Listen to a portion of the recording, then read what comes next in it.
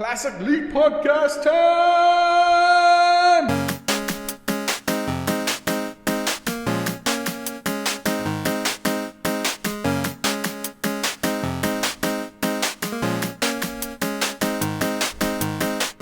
Hello, everyone, and welcome to episode 252 of the Classic Elite Podcast. My name is Scott. I've got Dustin and Josh with me, the douchebag. We call him DB. Dustin, what's going on, man? Hump day. It is hump day. The day... Oh, no, we will have one more podcast before Halloween. Yes. This is the big Halloween thing in my area. Because we're crazy, we do... Our trick-or-treat is tomorrow night, and the big parties are this weekend. So... But, Josh, what's going on your way, man? Not much, man. It's Podcast Night in America, and I am pumped up, ready to go. It's good to have you back for a second week. I'm glad we didn't scare you off, man. Well, I mean, it was a big choice, a big difficult choice, either going to bed early or doing this. But I was like, you know what? I had fun last week. Let's do it again. I appreciate you sacrificing the sleep. I did think about you this weekend, though, Josh. I had to seal my deck. And it felt like a Hank Hill thing to do. Like, I'm sealing the deck this weekend. It was really fun. I was very proud, too, because it turned out great. It looks really nice. Did you get your yard cut, too? I did. Mowed the yard, power washed the porch up front and the sidewalk. Wash your car? No. Don't get crazy. I'm lucky I did, because now it's too cold to seal a driveway. Or, you also do that with the driveway, but a deck. It's too cold now. The stuff would stay tacky and get ruined or whatever. So, very true. But I'm telling you, man, it gets addictive. Well, I mean, I've owned the home for 4 years now, so I'm on the way. I understand. Andrew says that it's mini bosses. I think Mike Tyson's Punch Out. Is it that song? Did you ever use them? Do you remember the mini bosses, Josh? Yeah. Okay. Most definitely.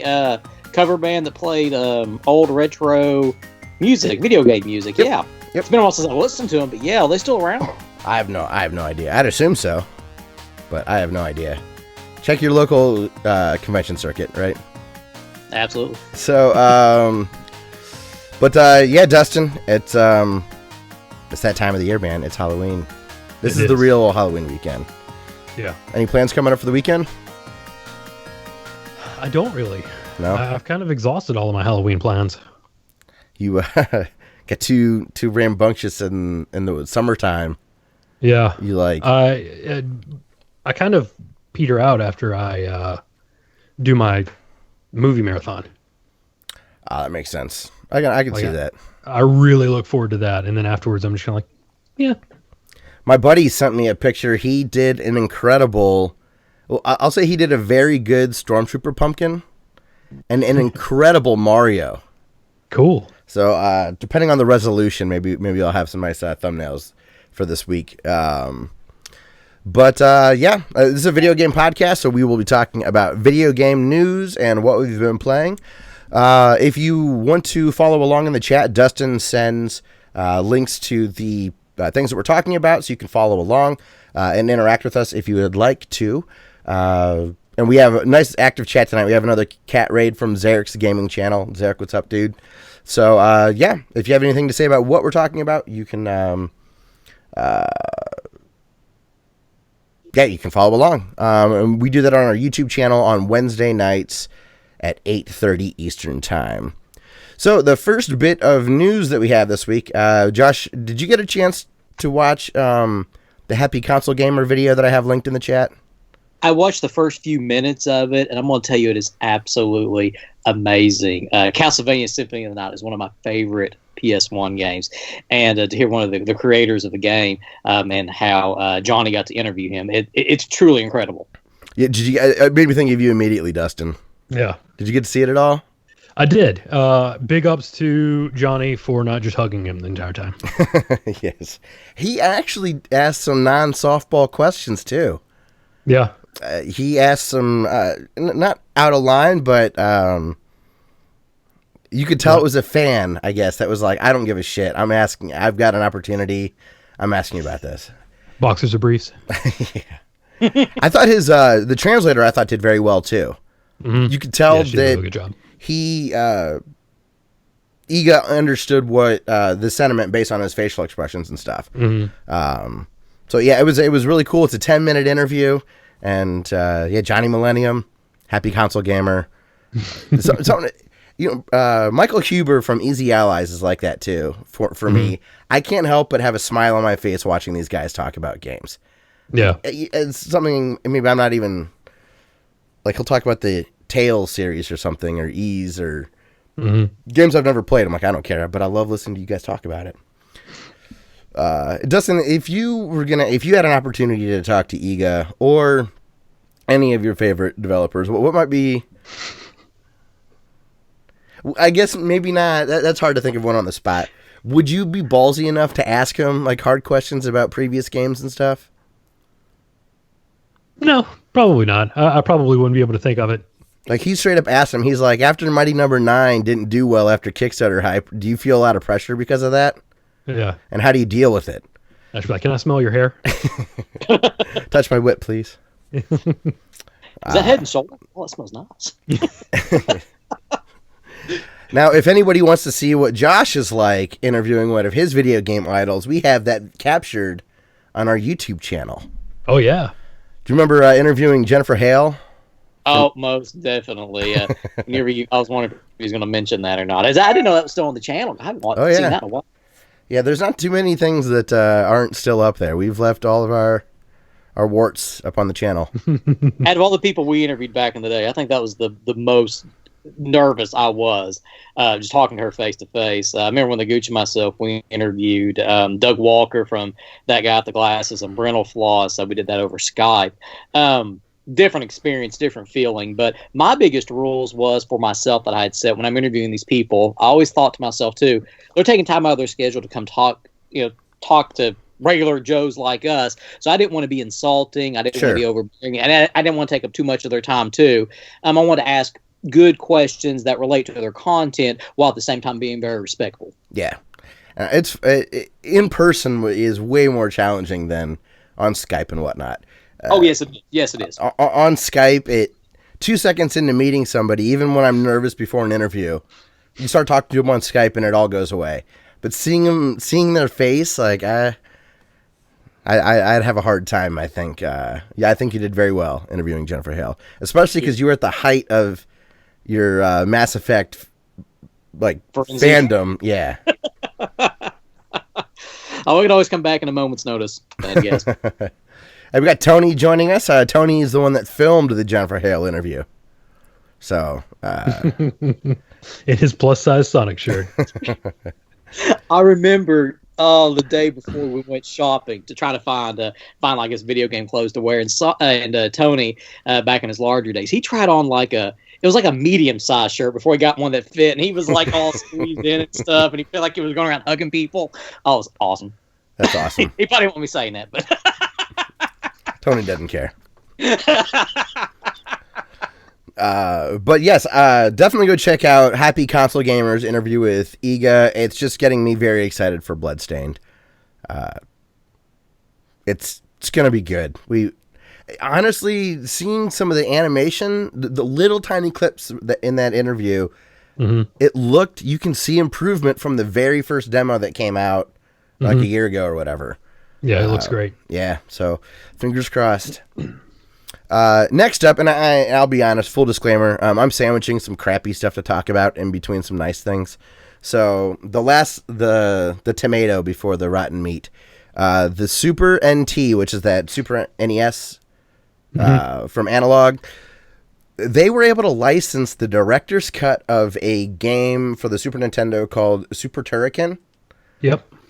And what's cool about this particular, of course you would have it, Jesus. So Dustin's got Super Turrican. So Dustin, now you have to get this to complete the set. So the publisher, was it Psycho? Is that who published the game? Sega. Okay. So so Super Turrican in its original form was an 8 meg or a 6 meg bit of data that required an extra chip in order to run on the Super Nintendo. And the publisher didn't want to pay that, so they had to scale the game back in certain ways to make it down to a 4 megabit size, so it would fit on a 4 meg cartridge. Well, the version that's coming on the Super NT is the director's cut.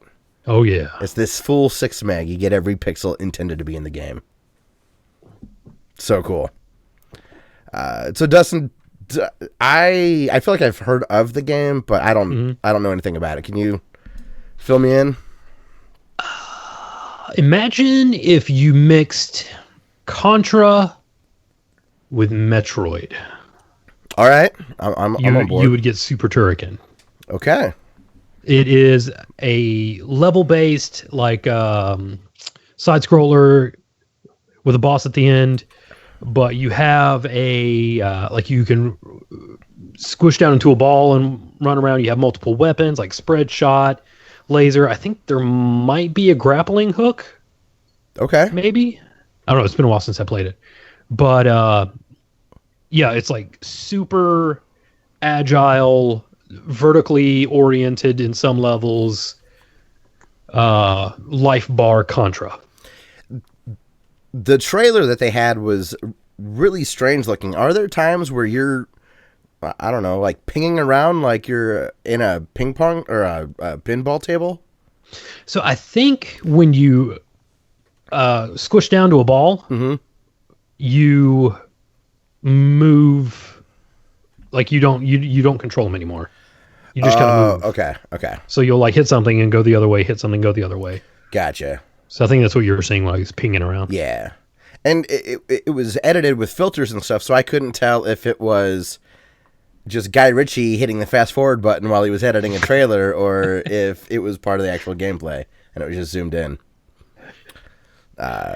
So I didn't have this in the show notes, but also when I went to Amazon yesterday, there was an ad at the top of it that they're releasing a 3DS in America that when you unfold it looks like the American Super Nintendo console.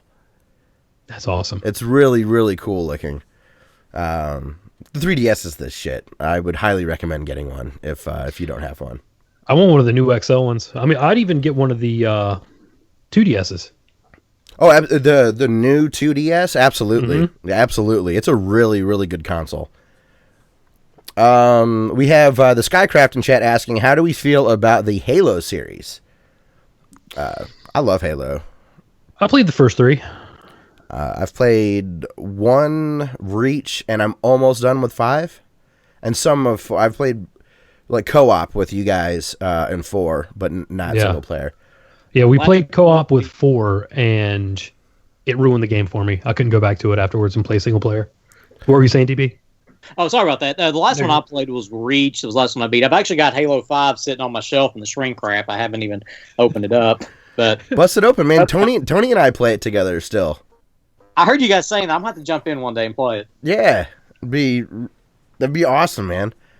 I like Halo because it's not complicated. It's a skill-based shooter. If you run out of weapon or ammo, look on the ground for another weapon. If you don't like what you have, look for a different one. And they're everywhere, and just kind of go at that. Some of the other stuff, I'm kind of misspoke. Not that it's skill-based. It's just that there's less to learn, so it's only about shooting. You don't have to learn nuances of as many weapons. There's less to manage. So for me, it's a little easier. But yeah, it sounds like we all like the Halo series. Yeah. Thumbs up on my end. I wish I was better at the multiplayer. Oh man, me too. I have to play SWAT with Tony because it's that no radar and easier to kill people, which I think is fun. It also gives me a chance to actually kill people.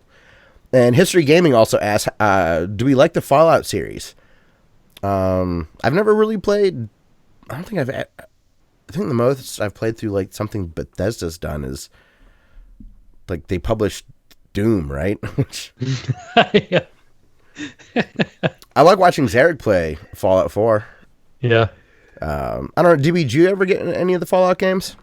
As far as I'm concerned, Bethesda just makes gold. I love all their games. Now, I can't speak for Fallout 1 and 2. That was when it was more PC based. It was in a totally different style. It was even owned by a different company, so I can't speak for them. But as for 3, New Vegas, and Fallout 4, incredible games. Some people even compare it to, like, if you do the Elder Scrolls series, it's like that with guns, which really isn't the case. More futuristic. It's like a what if the Americans still stayed in the nuclear race, and then nuclear war, fallout, and all that.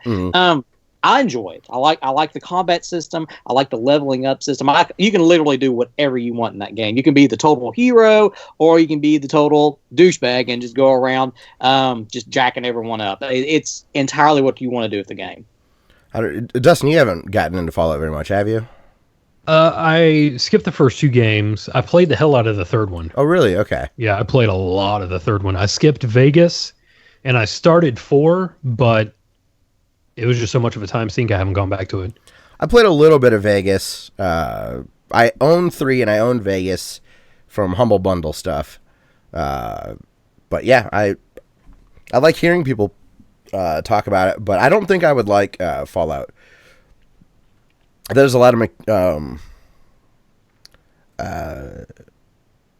don't know, you're acquiring a lot of things. I don't know. A lot of hunting around, a lot of exploring. There's some crafting. I don't know. Picking locks. Picking locks. One of my favorite thing to do in 3 is if you got good enough at pickpocketing, you could reverse pickpocket. So you could take a live grenade and put it in their items, and it would explode and kill them. Really? Yeah. Okay, that's awesome. That's pretty cool. You can blow them apart. Yeah, that was fun to do. I do love now, and now that Zarek explained to us that Fallout 4 trains are just hats. Yeah. I really like Fallout 4 a lot now because of that alone. The underbelly. Sorry. God, if you said you don't like exploration games, you won't like it. There is a lot of exploration. It's not that I automatically hate exploration games. It's just, it's generally a turnoff for me, I'll say. But what were you going to say, Dustin? Oh, the best part about the reverse pickpocketing is they would realize it right before, and they'd be like, shit! And then explode.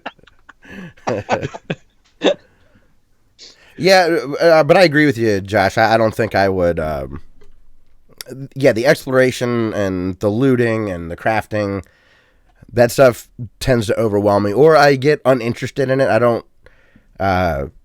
find the progression of that kind to be really, I don't know, engaging for me. But I don't dislike it, and I see why a lot of other people like it. And Skycraft does ask how we feel about Halo going under 343. It still feels like Halo, so I give it a thumbs up. I think 343 has done very good. And Bungie seems to be doing very well with Destiny, so it's cool. Destiny 2 is already a hit. Oh, it was Fallout 3 that has the train hats, Eric said. Oh, okay. I'll still pretend it's in 4. Well, 10 out of 10 then.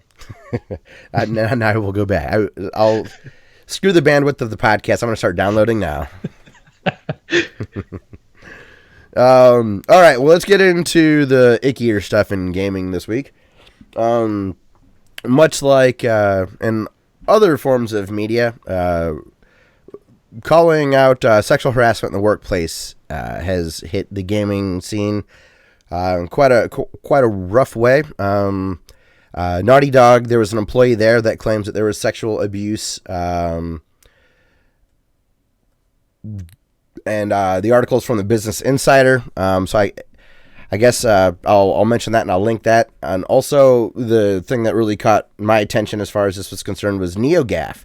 I guess the owner of NeoGAF, which was the big gaming forums. I never went to NeoGAF, so this was kind of, I was always familiar with it, but I never partook in the community.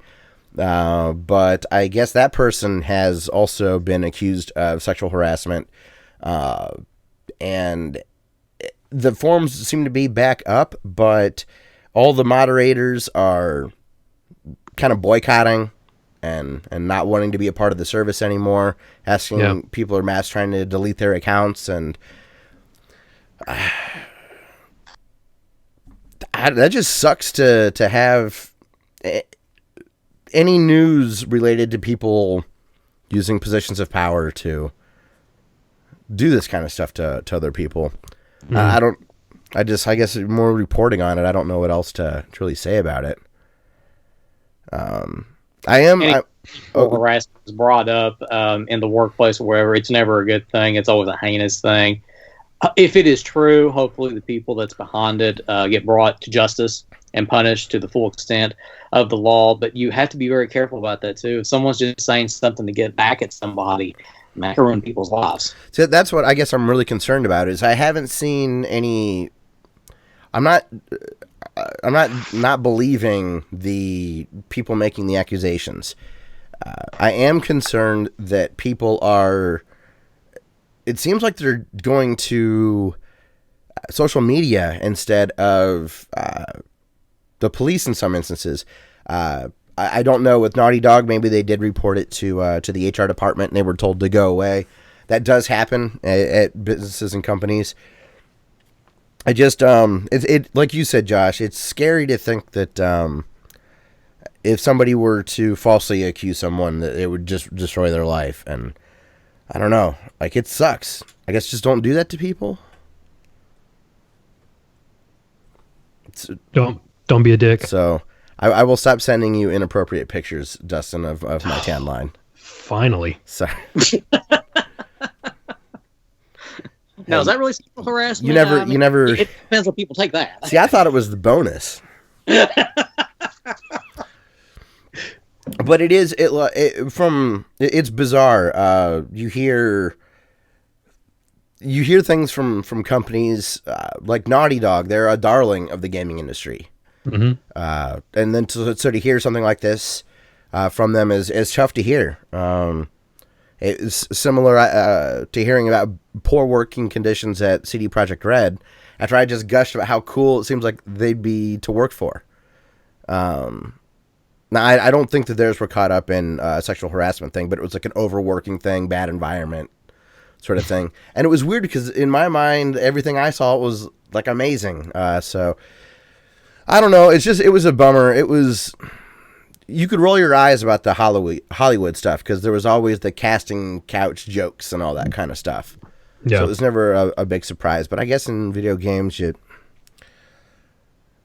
the medium's already picked on enough. Like, we don't need people acting like assholes in it. Absolutely. Totally agree. So, all right, now on to the next.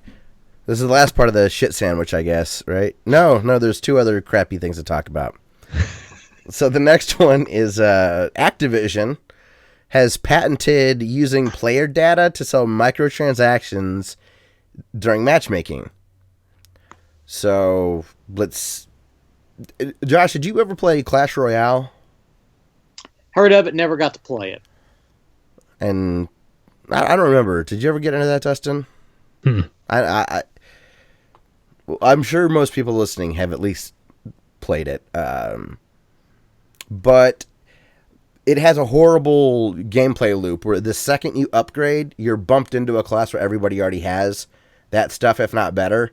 So you're constantly feeling like you need to buy and grind items to level up to stay competitive.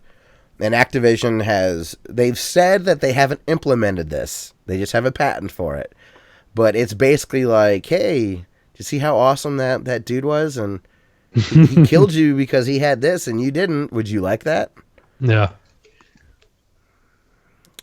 Is Billy Kotick still the president or the manager of Activision? I have no idea. If that's the case, that wouldn't surprise me. Even back in the day, he was always making these real douchey moves, especially with the World of Warcraft. I mean, it's just right up his alley to do something this sleazy.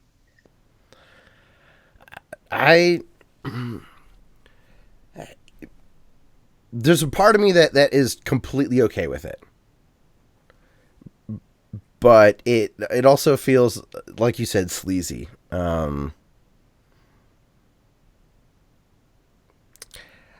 You can't hold everybody's hand, right? Yeah. So at some point, you just have to let people make their own mistakes. And if They want to. You shouldn't shut a casino down because somebody threw their life away at a craps table. Because most people don't do that. But geez, I guess the thing that sucks is people that will be most tempted will be people that are in their strong demographic. 13 to 30, probably. Wouldn't you say that's the range of age for most Activision games? Yeah. Those are the most, especially kids under 18. The weight of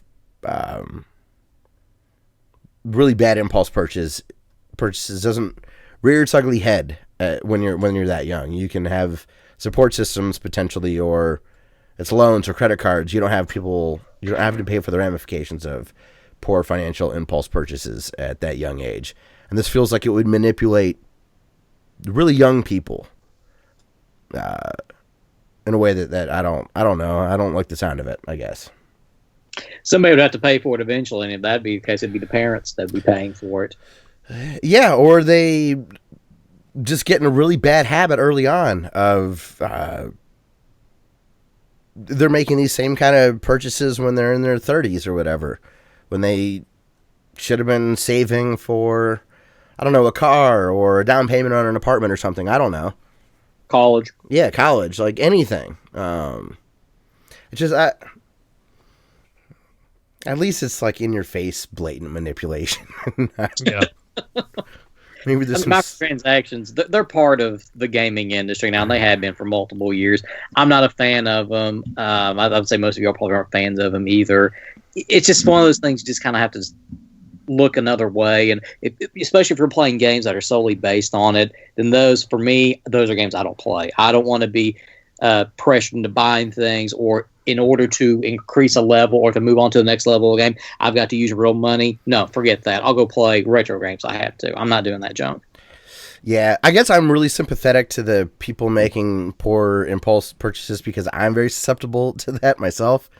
Like I have golf clubs and gadgets that I don't really need. Just little things that it's not a problem, but I can if I would have been 13 and been pulling the trigger like this on stupid stuff, I think I could be in trouble right now. So I don't know. Andrew says, I always fear every company that is resorting to microtransactions. I remember there being a $60 game and having microtransactions, even in the single player mode. I think Dead Space 3 was like that. Yep. Thanks, EA, for kicking Visceral in the teeth there. It's a bummer. I don't know. And I guess, speaking of loot boxes and microtransactions, I had that backwards. Speaking of microtransactions, there's loot boxes. We hadn't really paid too much attention to the loot box stuff, particularly because Dustin, you and I don't, other than Hearthstone, I don't buy any loot box stuff. Have you had any games? I played Dungeon Hunter. I was going to ask if Dungeon Hunter had that kind of system. And it wasn't necessarily I don't think it was a loot box, because it was just a guaranteed, like, hey, here's some experience. Oh, okay. Or here's some gold or something like that. Loot boxes are more like you pay and maybe you get something awesome, maybe you don't. Yeah, it's like a lever pool on a slot machine. Yeah. Well, so there was a developer, a gameplay designer named Manveer Hire, and he spent 7 years working for EA at BioWare Montreal, and he was making Mass Effect 3. He was mostly working on the multiplayer, according to the Eurogamer article. And he said that in the article, I've seen people literally spend $15,000 on Mass Effect multiplayer cards. And that's what we're talking about here with that. People are definitely susceptible to that. I guess it's their right to do it. Yeah. I can't fault him for it. Is it? I don't like being manipulated, and I don't like others being manipulated, I guess. But I also, if it's also unfair for me to assume that $15,000 led to this person having buyer's remorse or something. Like, if they made $10 million last year, who cares?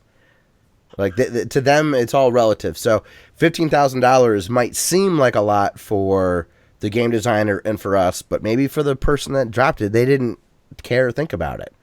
So they've got the money to spend it, more power to them. But it's like you said, if they don't have the money and they're putting themselves in bankruptcy, that's another story. But you shouldn't prevent the guy that can't afford $15,000 in Very EA true. cards to purchase it because somebody might throw their life away with it. So yeah, like you said, it's like skeezy or whatever, or slimy. It is, but I don't think it's illegal or anything or should be illegal or anything like that. But damn, $15,000 on a video game. That's crazy. That's a lot. That's a lot of money. That's Eve. That's Eve online stuff right there. You know, or that's a lot of hats. You know, so It's a lot of ISK. it's a lot of ISK. Do you ever think there will be a day where the video game ISK will be right on par with Iceland's ISK? Like the way that WoW coins were more valuable than Venezuela's currency. Maybe one day. Eve just keeps taking off. I mean, Yeah. Iceland seems so cool. I'd love to go visit there. So I guess that's going to be it for the crappy part of the news. So let's talk about something neat. There's a new patch to the Nintendo Switch. It did some things that they talked about, but there were some updates that they did not advertise. One of them is GameCube controller support is now available on the Switch. Sweet. You remember those things that came out for the Wii U that had the little adapter so you could use GameCube controllers on your Wii U? I remember that. That works on your game or on your Switch now. On your GameCube. On your GameCube. Get an adapter for your adapter. Josh, you thinking about getting a Switch, or do you have any of your old GameCube stuff laying around? GameCube. So I'd actually never owned a GameCube. Really? One of my buddies had one in college. You know, we played the crap out of it. I've never owned one. The last Nintendo home console system that I've owned is an N64. Actually, then I would I'd go to Gooch's house and play the Wii whenever we had that, and whenever we were reviewing games for it. Love the system though. A lot of great games for it. The remastered Resident Evil series when it was on the GameCube. Whew, gosh, a lot harder, but man, it was gorgeous to look at. That's the one that whenever they remake Resident Evil, that's always the one they go with, is the GameCube version. Mm-hmm. So Dustin, now are you definitely getting a Switch since there's GameCube controller support now? Eventually. Part of me was hoping that you were all hyped for Mario Day Friday, and we're gonna bust up a Switch on camera.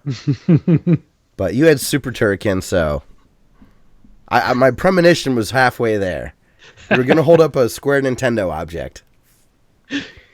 I keep forgetting that Odyssey's even coming out. Friday, man. Man. I'm going to have a very fun set of weekends coming up. Very fun. But it's not going to allow me to play very much Mario Odyssey. This weekend, I have a big Halloween party and a fundraiser for my buddy's family. And then the following weekend, I'm going to go to Cincinnati to see Primus.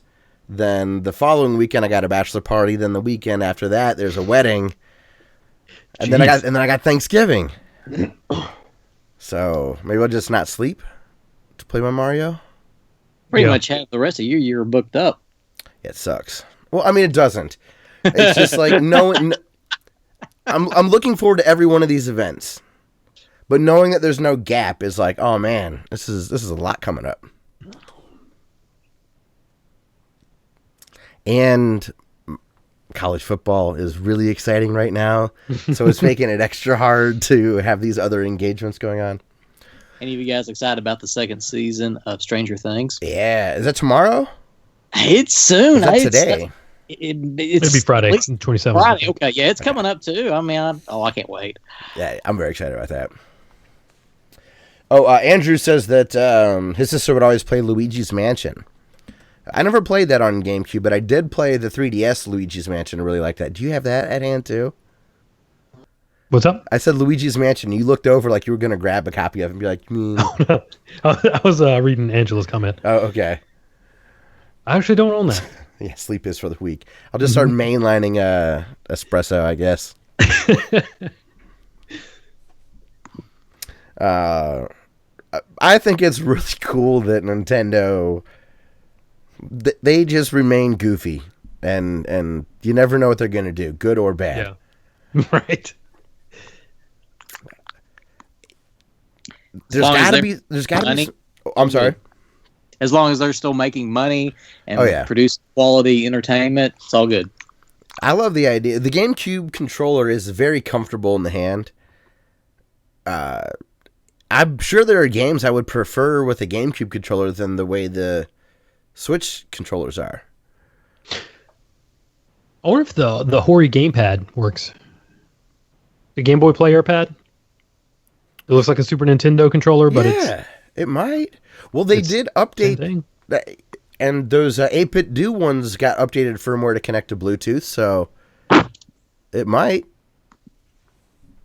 So you should get a Switch to check that out. Yeah, and then I can play Virtual Console games on my Switch with a controller that's almost a Super Nintendo controller. I saw the great thing on Reddit today. There was a guy that was using a PS4 controller on his PC, but he was playing Red Dead Redemption from his Xbox One streaming to his PC. He's like, what a time. Yeah, the fact that he was able to wedge the PS4 controller in there is like, oh, hell yeah, that's cool, man. Yeah. So I guess the last thing I wanted to talk about. This is another article that feels like The Onion wrote it related to game difficulty, but they didn't. And Dustin, you're a big part of the problem here. And maybe we should take down your Ninja Gaiden videos. Maybe we should take down your Mega Man videos, your Castlevanias. Because you're fetishizing game skill, and it needs to stop. Video game culture writ large fetishizes skill. An individual's skill at a particular game determines the validity of the argument posed by that individual in most common spheres of discussion. But it's not a really good barometer for critical meaning by any measure. To quote this guy who wrote this article. It's Dante Douglas. Towards the end, he really is like, you got to read this. Like, it sounds like a parody article. This is unironic, and it's from Paste Magazine, which I thought this has got to be garbage. Right? This can't be like a real site. But I looked, their Alexa ranking, they're the 1600th, which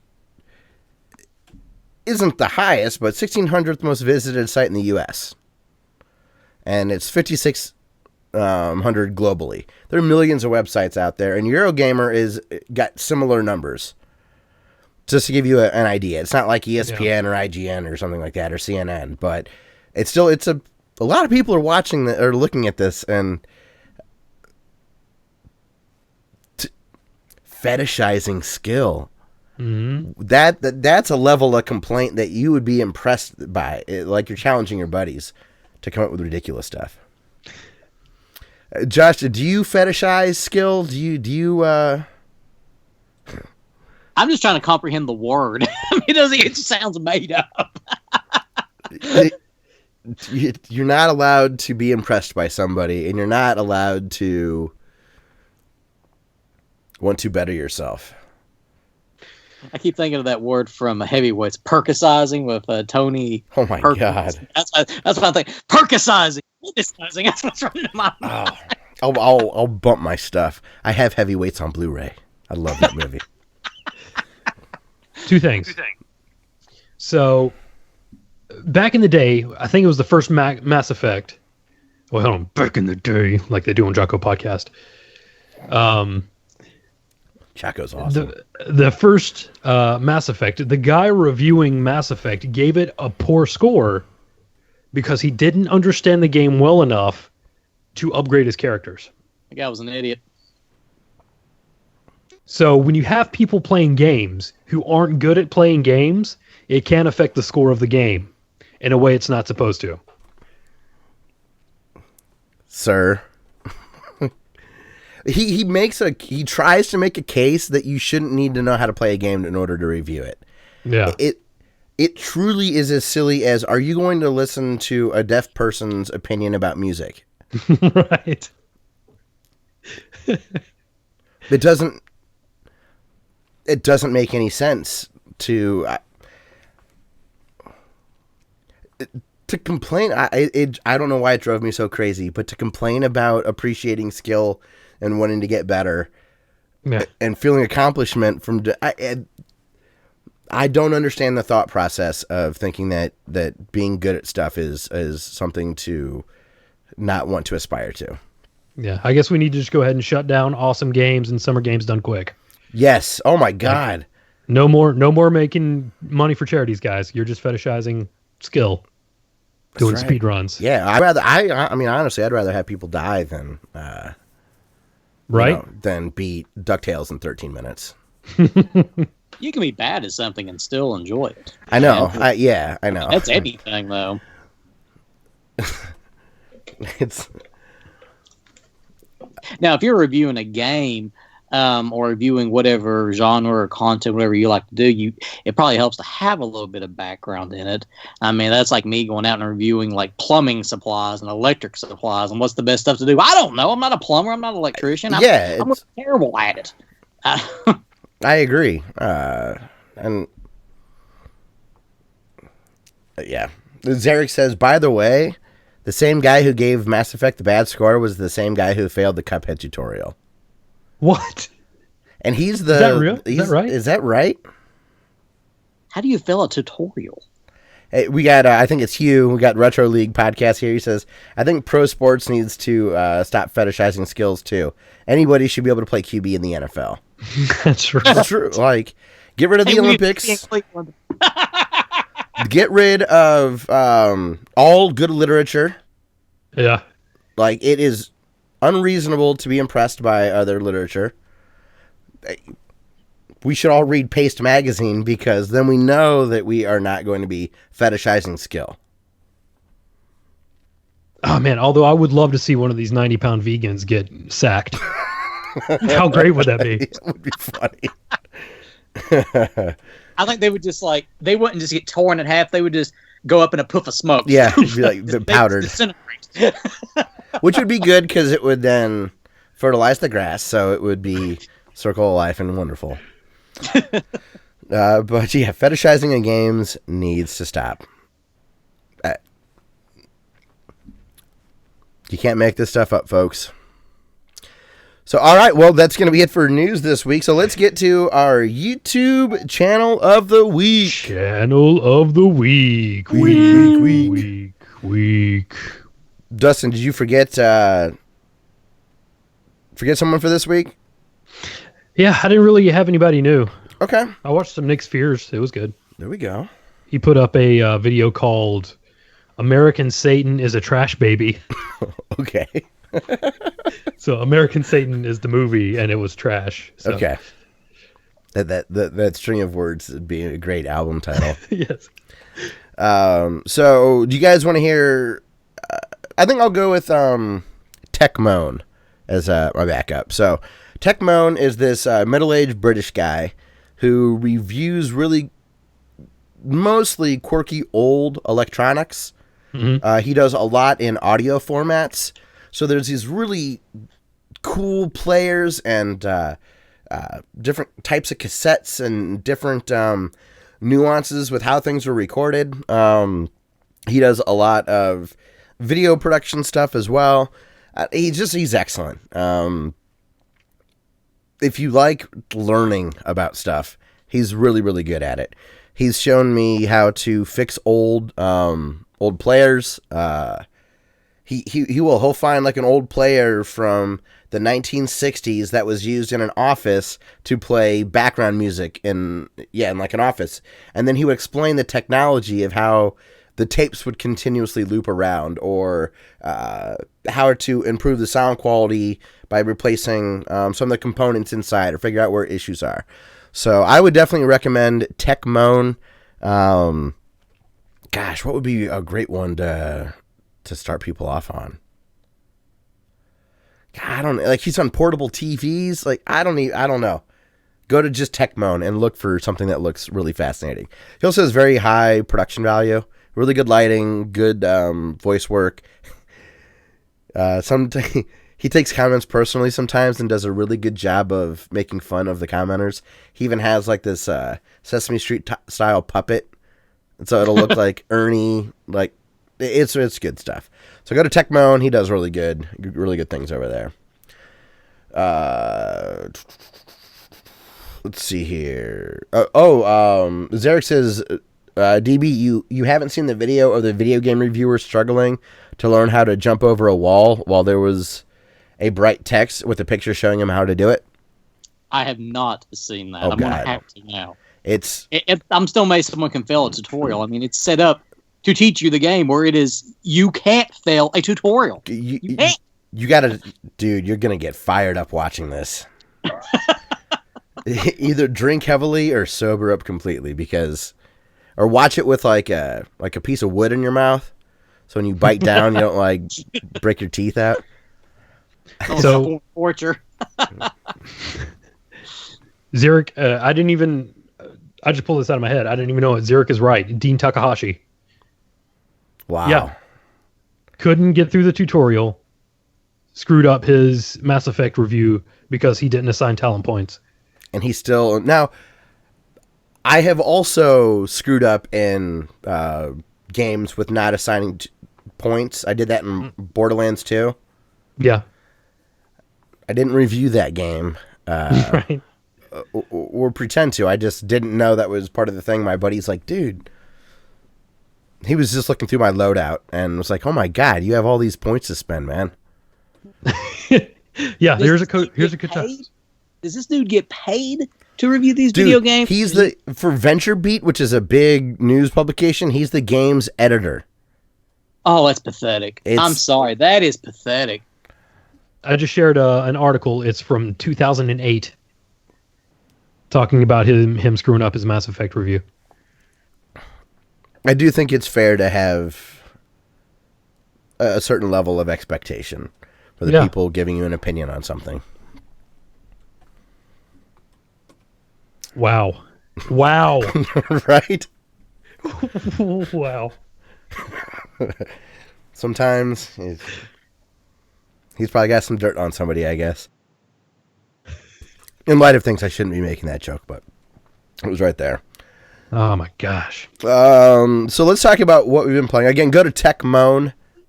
He's awesome. He's really, really good. Camera reviews. He's awesome. Okay, Dustin, let's talk about what you've been playing. Nothing. Okay. Hey, at least you're honest. Is Ghost Adventures... Is this a new movie that came out? It's a show. It's one of those paranormal hunter shows. Is Chris Boris involved at all in that? Not that I know of. That's Haunted Adventures, isn't it? Isn't that his show? I don't know. He was just on our local news for ghost hunting stuff at the Spaghetti Warehouse. But Ghost Adventure, so it's a show. So Ghost Adventures it follows 3 to 4 guys: Zach Bagans, Aaron Goodwin, he's my favorite, and Nick Groff used to be on there. He left, and now Billy and Jay are on there. And like Billy and Jay from the Game Chasers? I wish, but no. Oh, Actually, I don't wish. They just spend all the time at a flea market fucking off somewhere. I know they drive Dustin crazy. It's so funny. Tell us how you really feel about it, man. I forget what it was. It was a while ago. Dustin was just basically like, "Look, if your YouTube comment is going through a flea market, I'm not into it." And that was a polite way of putting it.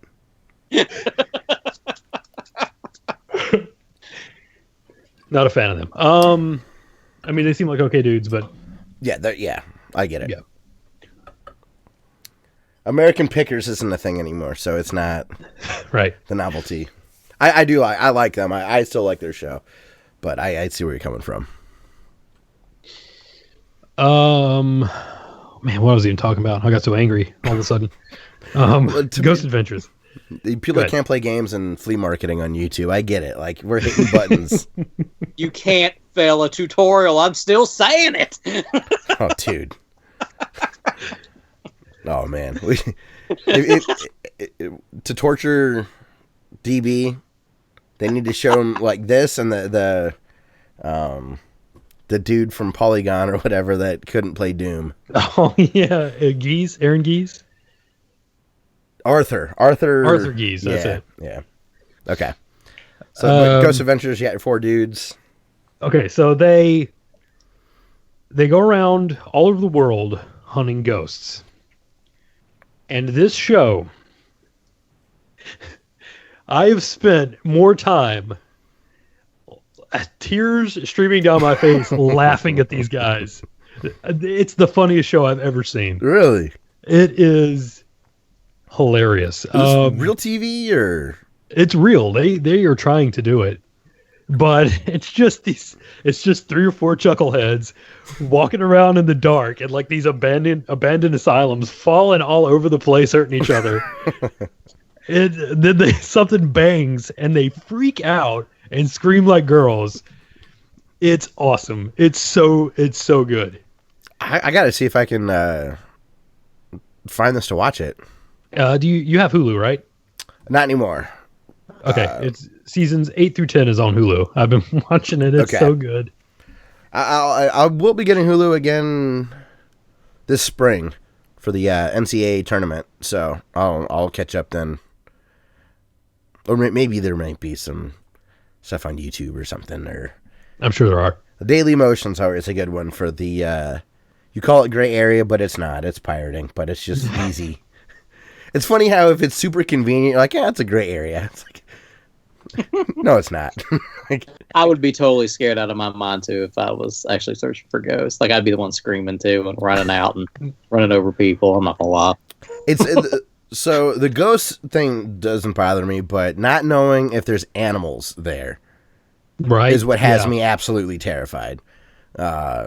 Just assuming that something that I believe to exist is going to like bite me or grab me or something. I'm not too worried about the librarian and Ghostbusters coming after me. Guys, this sounds like a video in the making. We're going to have to meet one night and just see what we can get some night vision stuff and then see. Let's get Haunted Ohio books out. You guys can. I'll buy an RV. We'll take our vacation time and we'll just go through Haunted Ohio books. Let's do it. Be awesome. Next what was fall. That? Yeah, dude. Andrew asked you, Dustin, have you seen Channel Zero on Sci-Fi? Hashtag can't fill a tutorial. I have not. Is that like the Twilight Zone kind of show? Oh, I have no idea. I'm not sure. The show is supposed to be outstanding. I haven't got to watch it myself. But... Yeah, I don't have normal cable, so. Ken says the only tutorial I've failed was Dark Souls 1. That seems fair enough. Yeah. I can't think of it off the top of my head, but I've totally died when I was not supposed to in tutorial-ish situations. But I don't review games for a living.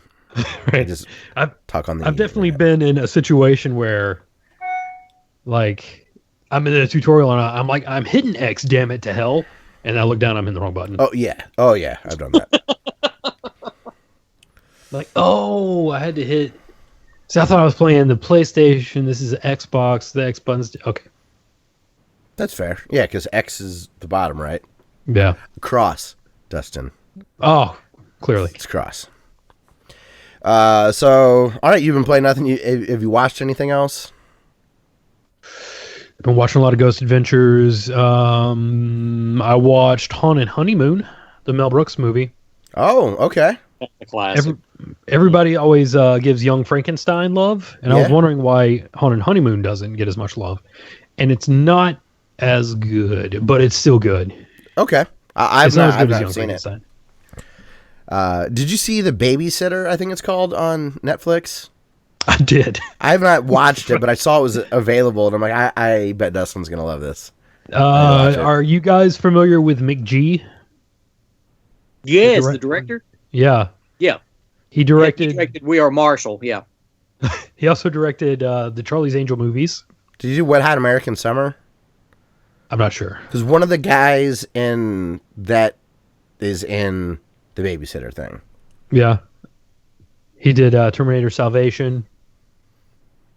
He does a lot of Supernatural. I think he might be just executive producer on that now.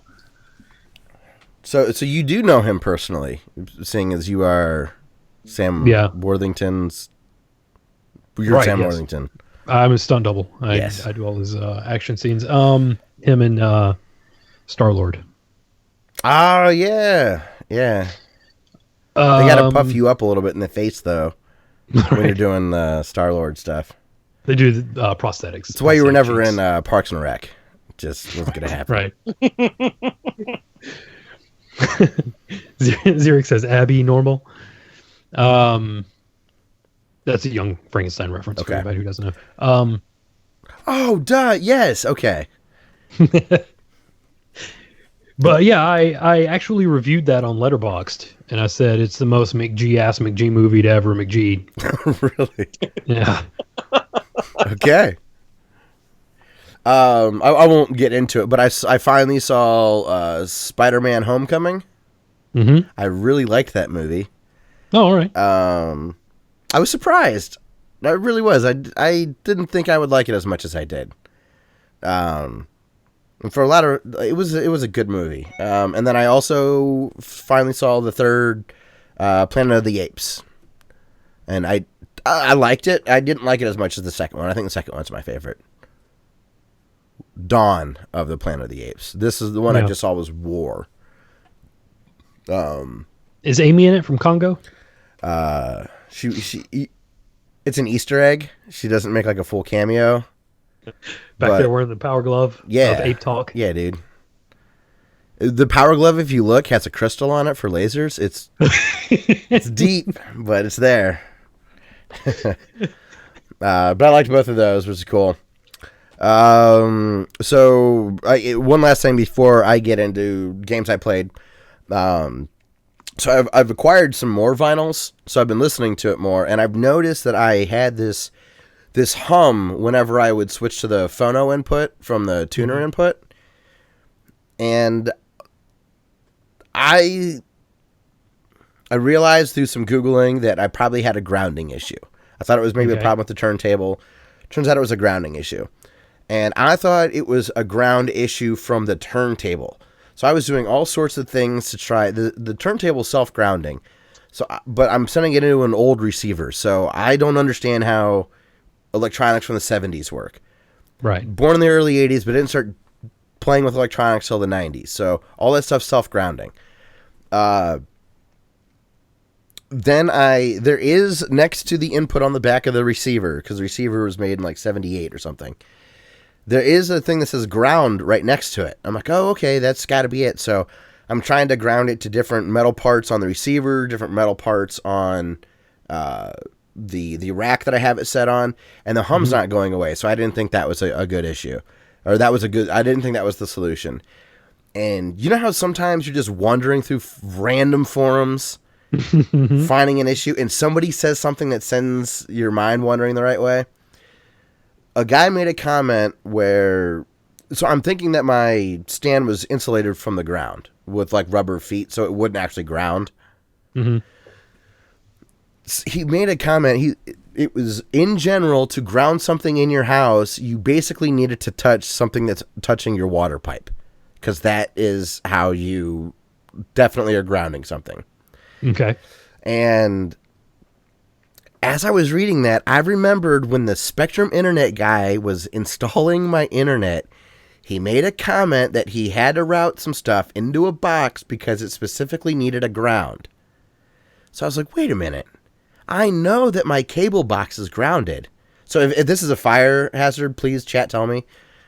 I took the little ground, I took some speaker wire and took the little ground port on my receiver and ran a cable to the wall outlet that had my internet cable coming into it.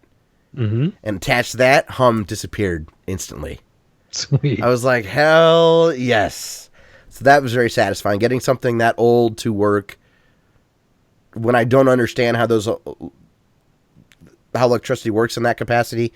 I understood the concept of grounding, but I clearly didn't understand it well enough to know that. But man, what a thing of beauty that was.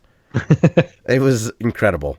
And it turned out that it was not a problem with the record player, which is nice because I don't want to have to mess with doing a return on that, especially when it was my issue, which is cool. I beat Cuphead, and I got 100% on Cuphead. All right. I'm now at 105% in Cuphead. So after I collected every coin, I bought every item, and I beat every boss. And then I went and started playing some bosses in expert mode. And that's the best game I think I've played this year. All right. That's awesome. It is awesome. Josh, did we lose you? DB said peace. Did he really say that? He didn't. Okay. He just hung up. Okay. He disappeared. I saw the thing grow gray, but our formatting is still fine, so we shall press on. I think he fell asleep. He might have. Uh-oh. Now the formatting is fucked. Hold on. No, it's still going to be screwed up. Oh, yeah, that's screwed up. We're just gonna go with just me, I guess, at this point. That works. Yeah. So it'll pop back if he comes back on. So it just looks goofy. It's got me under you. It's got me blank. DB still there because I have an image for him. I think I just got a message from him. No. I did, but it was from earlier. And then I also, last night, I played Haunted... Yeah, getting yelled at for breaking things. I played Haunted Halloween 86 last night on stream, and I'm on the fence on whether or not I should release that that video, Dustin. Mm-hmm. Oh, did he come back in? Do we have someone in the chat now? He said got kicked out of the call. Weird. Let's see what happens if we invite him back. But I really didn't have very much fun, man. How do you add him to the call? Now you don't want to post it because you don't want the... Well, I don't want the developer yelling at me again. Right. That's part of it. But then, it wasn't very fun. It looked great, but the bosses I ran into were just cheap. Invite to group call. There it is. So, I don't think I'm going to release that archive. I didn't have a lot of people watching it. I don't want to. What's up, DB? You back, bud? Yeah, are we still good? Yep, we're still live, so. Yeah, I don't know what happened there. Just Marinette went all bad on me. You're back, so. Skype gremlins. Yes. DB's back in the house. So, Haunted Halloween 86 it's like $5 on Steam right now. It's definitely worth $5. Okay. But as far as wanting to finish that game, I don't think I'm ever going to finish it. Okay. I'm glad I never bought it then. Yeah. I might buy it anyway because it has Halloween on it. Well, I was Probably gonna next say, year, though. yeah, maybe you can get a copy at a nice discount. I'm just saying. So, but I mean, it's not bad or anything like that. It's just I was all excited and ran into some frustrating parts. So, I don't like it when I'm streaming and I don't make any progress. I feel like it's kind of boring, and I was definitely getting frustrated. So, it is what it is. But $5 definitely. It's the first few levels are worth $5. So, all right, Josh, since you're back, man. Excuse me. Since you're back, let's talk about your retro stuff you've been playing. Well, I was in like I said, a retro mood over the weekend, and I dusted off the old Sega Genesis popped in a classic titles in a mutant fighting mood. The first X-Men. Nice. On the Genesis. If you're all unfamiliar with the game, it is a 1 or 2 player game, and you have your choice of playing as Wolverine, Gambit, Cyclops, or Nightcrawler, with assistant characters where you'd hit a button, they'd come in and help you with Storm, Iceman, Archangel, and Rogue. Jean Grey would pop in if you ever fall off the stage to bring you back. Yeah. A lot of fun playing it. I don't know if you guys are familiar with it or not.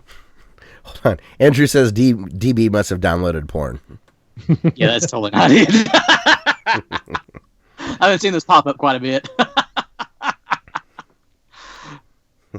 Zarek says, you weren't here for this, Josh. You were fighting to get back on. Zarek says, twist ending, Scott was Dustin the whole time. That would have been an awesome deep cut if we'd flipped our names like our audience were substitute teachers through the entire podcast. That's a long joke. All right. So when was the last time you played X-Men?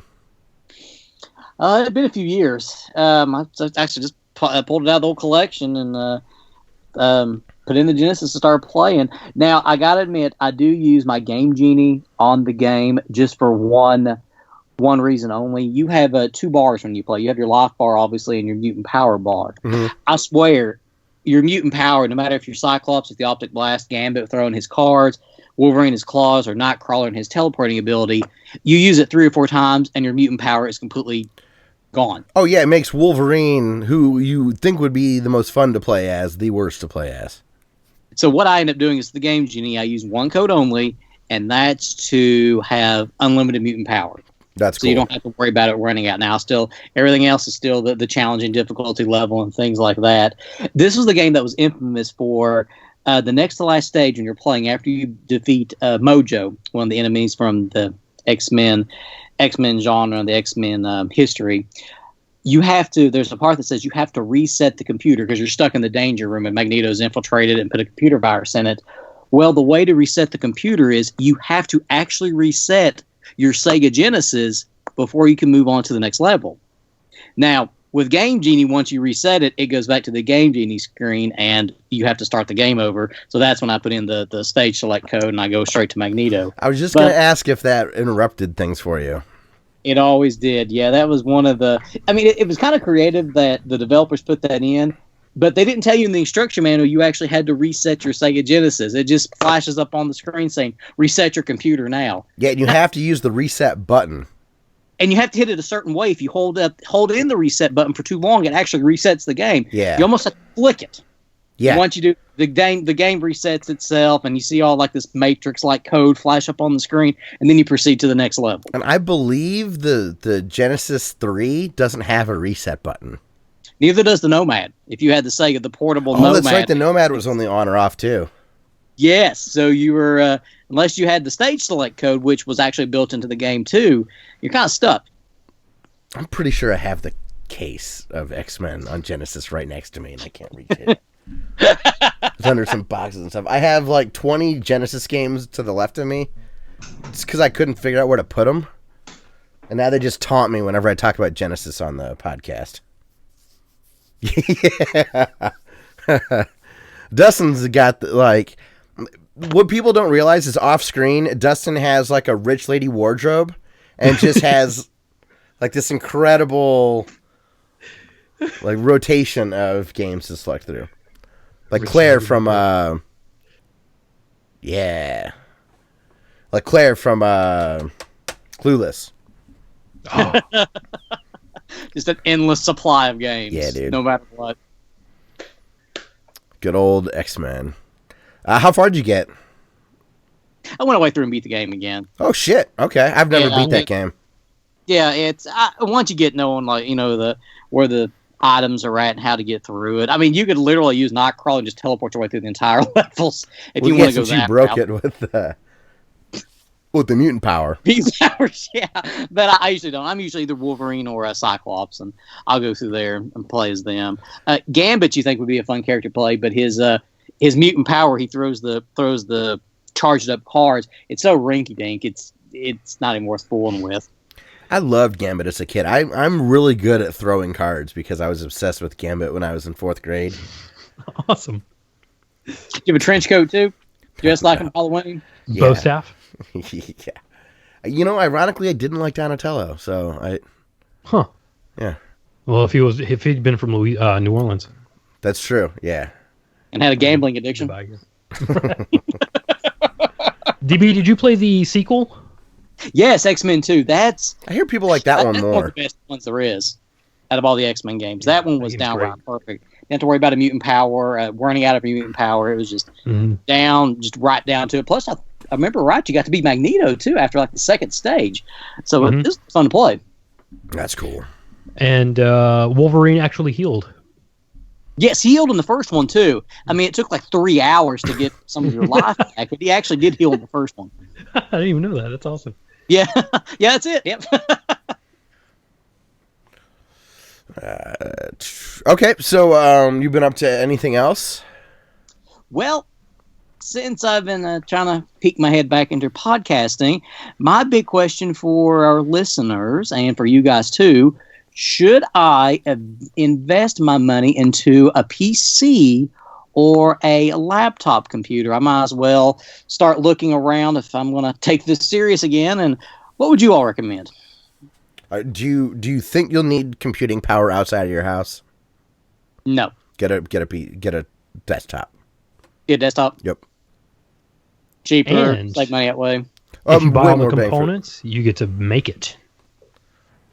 That's true too. Right now, in this moment, it does suck to build a PC because graphics cards are really expensive. Except the 1050 Ti from NVIDIA right now is a pretty good value. It's like around $150, $130.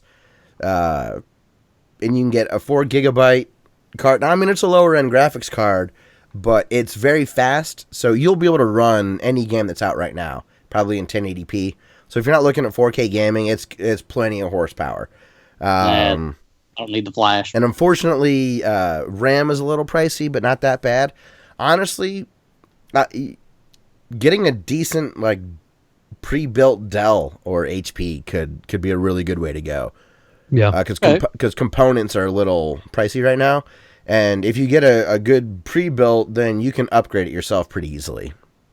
I don't need state-of-the-art or anything like that. Now, I would probably spend a little bit more money on a new microphone, maybe a new headset. But other than that, I can live. If you don't need any, if you're okay with it being in one room, definitely get a gaming or get a PC because yeah, I mean games are so goddamn cheap on PC.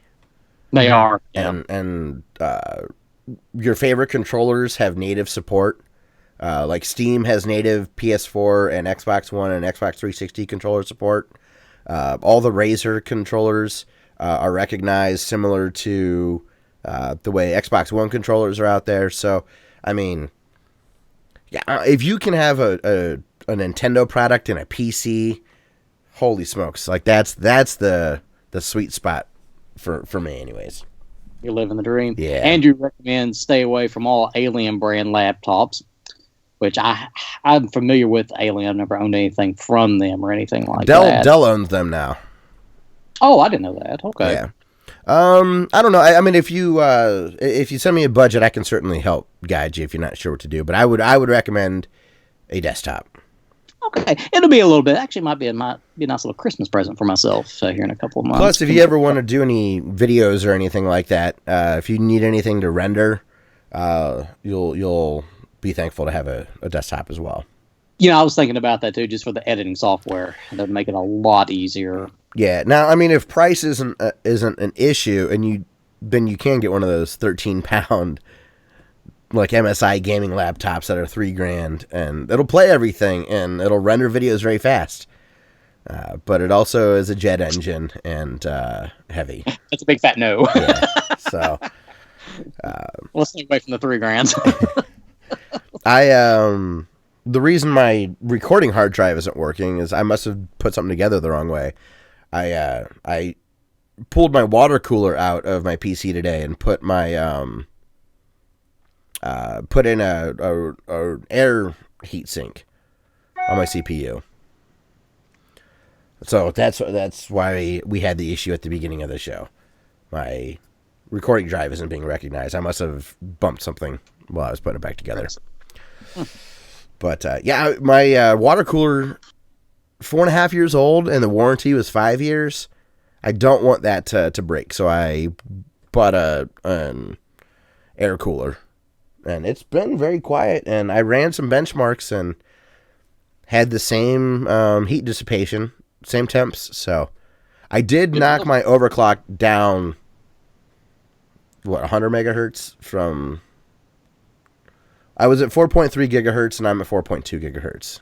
Yeah. So, all right. Well, that's going to be, yeah. And anybody that recommends, that has a recommendation for DB, if you have any insights on good places to get parts or all-in-ones, anything like that, or pre-built, I mean, not all-in-ones, leave it in the comments or send us an email. It's classicelite@gmail.com.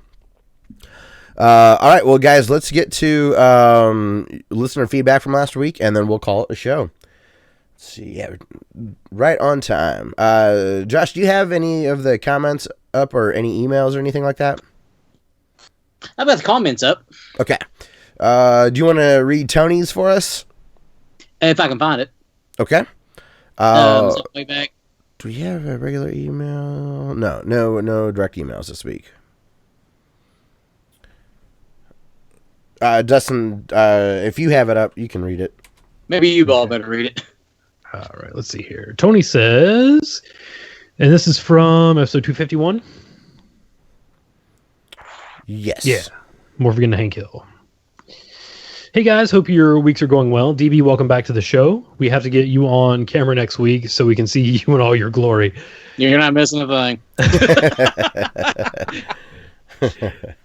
Dustin, before getting to my formal comment, I just wanted to let you know that I'm enjoying your Dead Space stream and have been listening in the background at work. Keep up the great work. Thank you very much. Bummer that EA is shutting down shutting down... The dev of Dead Space. Oh, right. Yes. Visceral. I downloaded Outlast, and I'm going to take your advice and stream it while on camera. Yeah. See, Tony was like, then Tony was like, I'll let you stream it since you said you were going to. I think we both should. Yeah. Because I'm not going to watch his stream.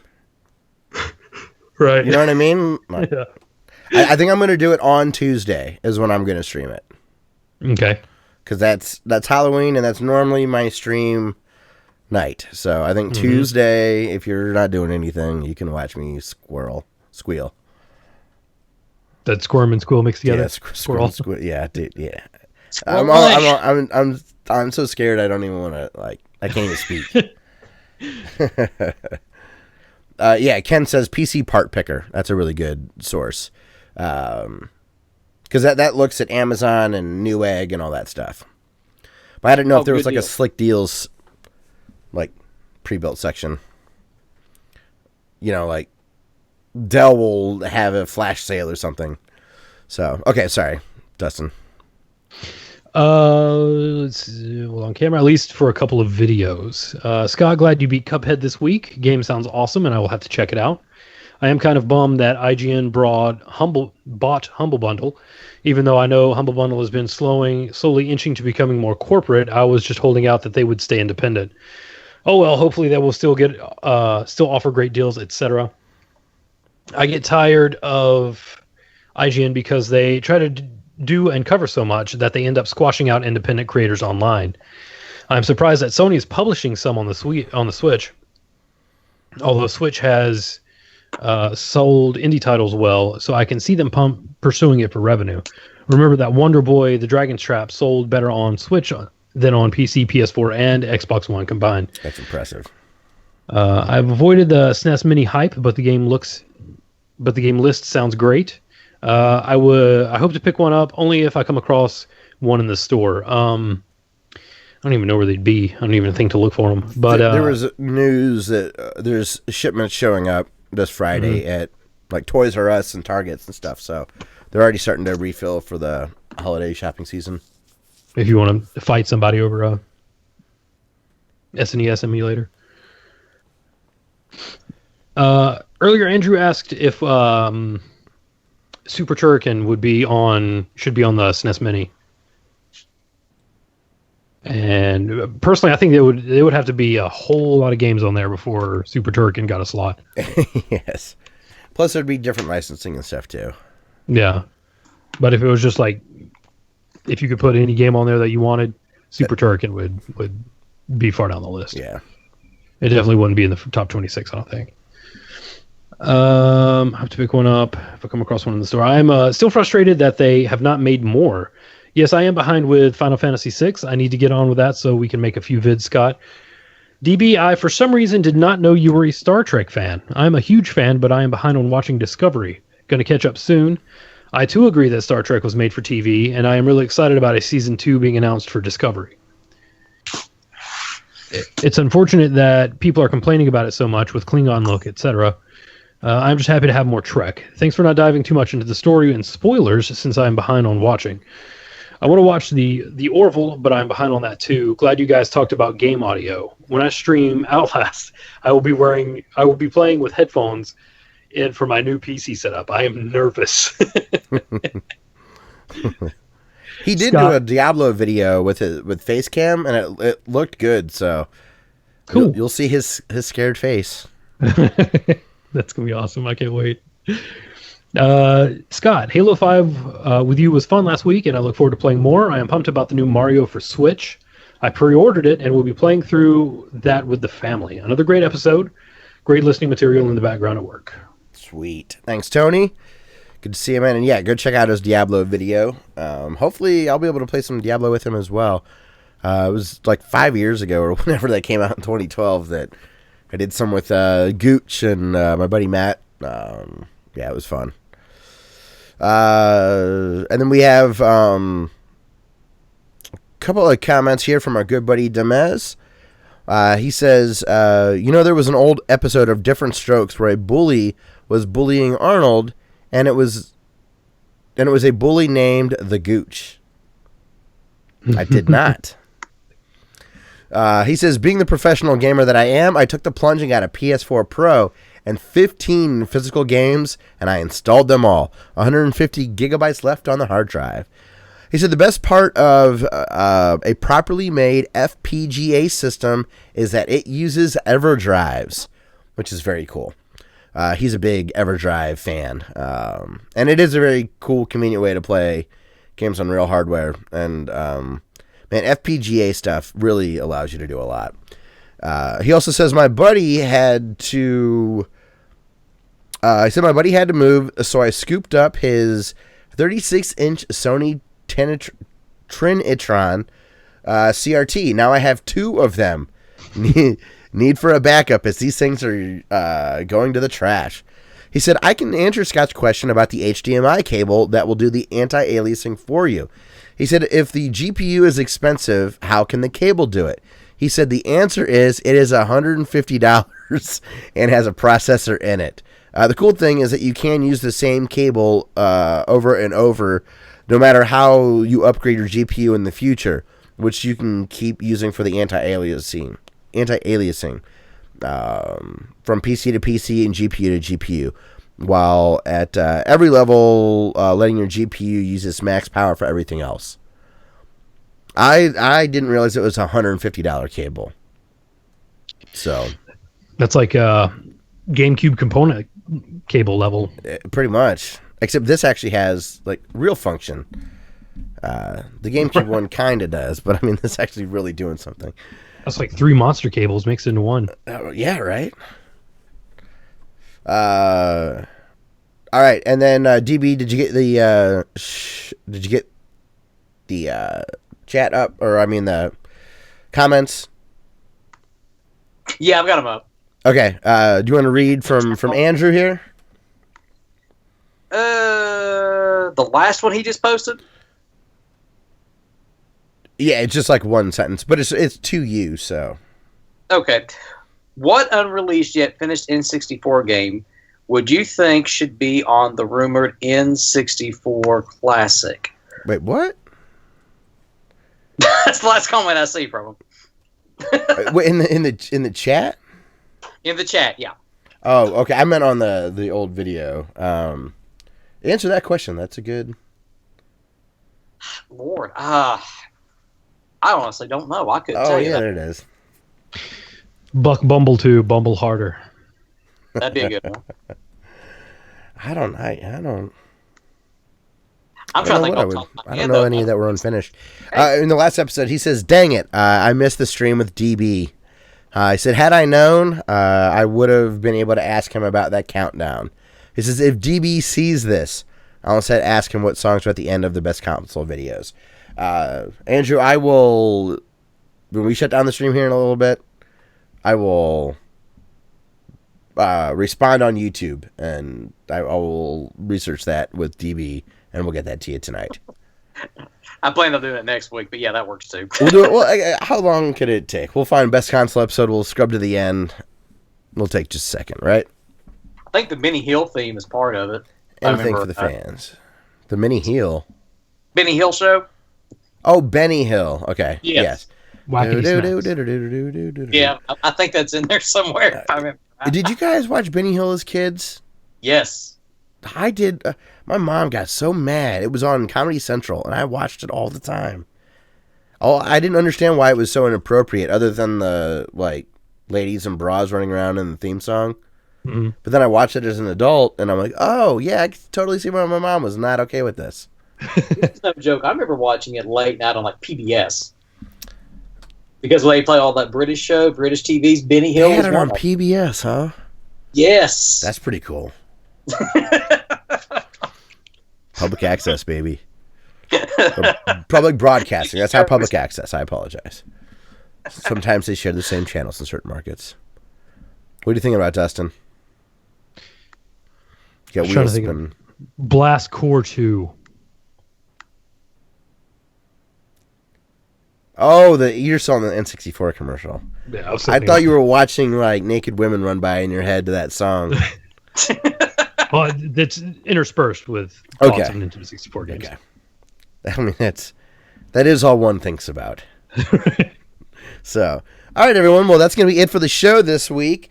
So, as far as any our normal show wrap-up stuff, I want to thank Ben Landis very much for letting us use his song Through the Forest as our intro music. If you'd like to listen to the audio version of the podcast, you can get that at our website, classicleet.com. That's Classic L337.